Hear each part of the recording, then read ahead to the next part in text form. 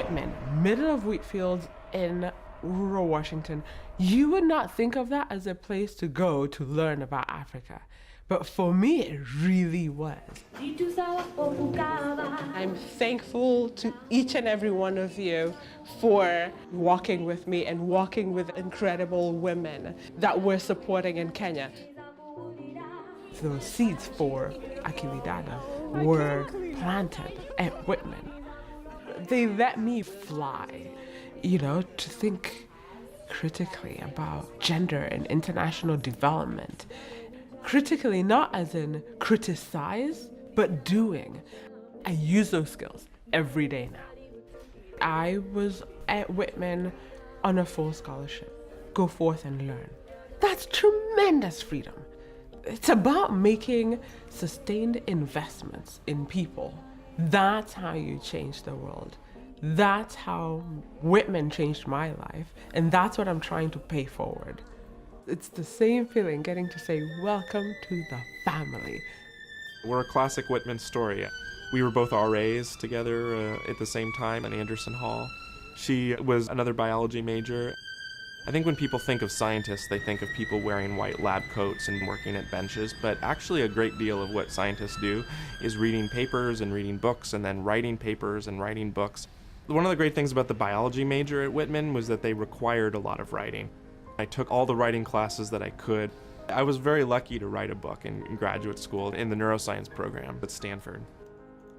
In the neuroscience research I'm doing right now, I'm using a very cool new technique called optogenetics. I study the neural basis of why you get hungry or why you get sleepy, why you get thirsty. The biology of the mind is different than the biology of the pancreas or the biology of the heart, in the sense that the mind is really who you are.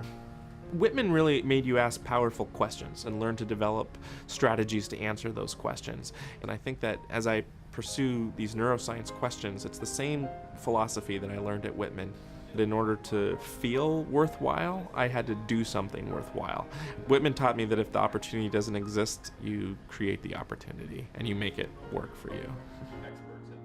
In what I'm doing right now, I carry that same attitude with me, and the first place I really got that was at Whitman. Bringing up big rocks on a chain gang. There's a certain social freedom and kind of camaraderie about studying. That's a good point. The fact that Penrose Library is open 24 hours a day is like the most beautiful thing in the world.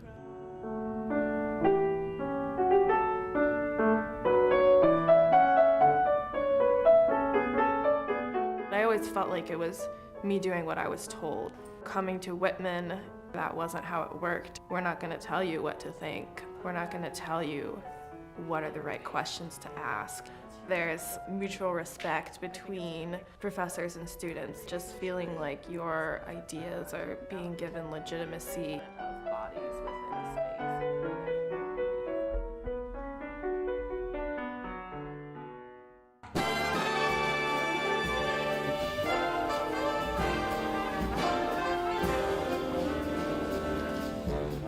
Many of the most important people in my life I met at Whitman.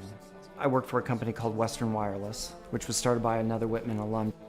It was a time when most Americans didn't have a cell phone, but you could see what was starting to happen.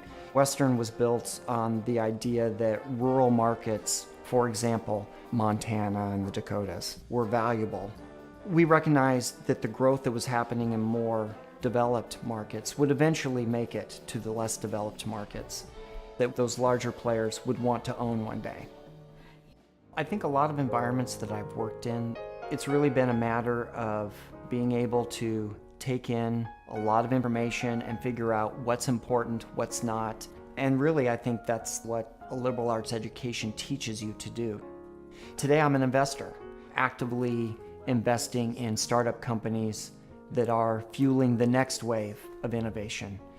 Every day, I'm talking to entrepreneurs with new ideas, helping those who are on the front lines point their creativity and their smarts in a direction where they're going to be successful. 10 years ago, I could have never pictured where we are today. And I know that 10 years from now, we're going to be much more connected in ways that will have a lot of social value, Exactly what form that takes, that's what I wake up every morning trying to figure out. Do I believe in this kind of education? Then I see it changing people's lives. The Asian Studies program just exploded, and we're really much more connected to Asia. I am trying to encourage my students to imagine new futures, creative new approaches to the world. I see them going out and becoming teachers, going out and doing fantastic kinds of social service. And government and writing and art and music.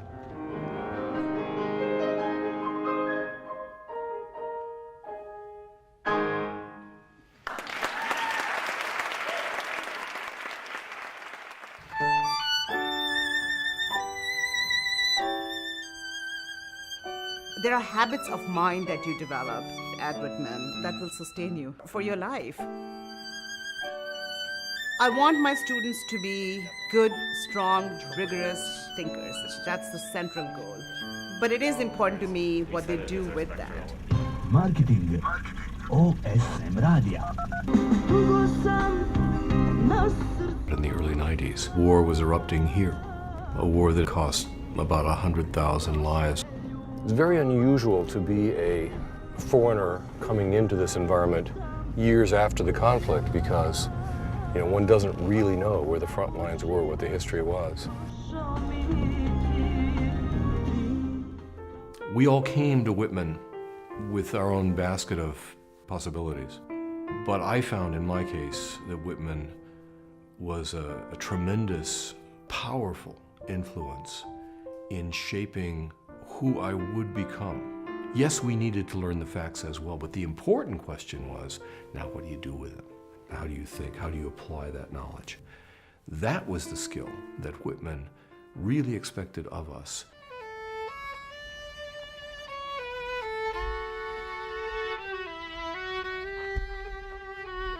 I did my study abroad in the Balkans, so Croatia, Bosnia, and Serbia, looking at the war and what it did. It's like someone described Bosnia as a functioning car on square tires. I actually have my first thesis draft due this afternoon. I am hopefully solving the issue of refugee return in Bosnia. I'm thinking of alternative electoral structures. The subtext, the leitmotif that kept coming through in my years at Whitman is, don't be afraid of anything. Sure, you can tackle this. I mean, it doesn't mean you're going to tie it up in a bow and have a complete solution, but use your intelligence, use your instincts, use your understanding of humanity, roll up your sleeves and jump in. And this, I think, is the overarching value from Whitman that I keep seeing recurring again and again in my life.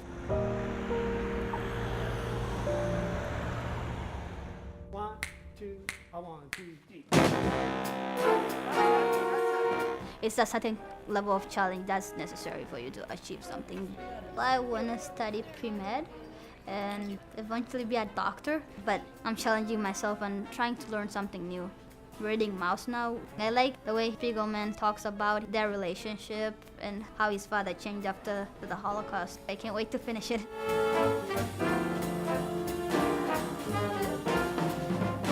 The campus itself is so alive with activities and things that are going on all the time.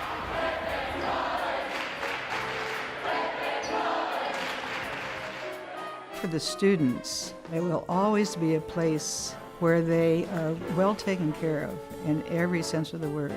They're there for you. It's kept that continuity, that wonderful vibrancy and intellectual stimulation, which is just another reason to love Whitman. Yeah, if you fade out on that note, probably your best not to try to get the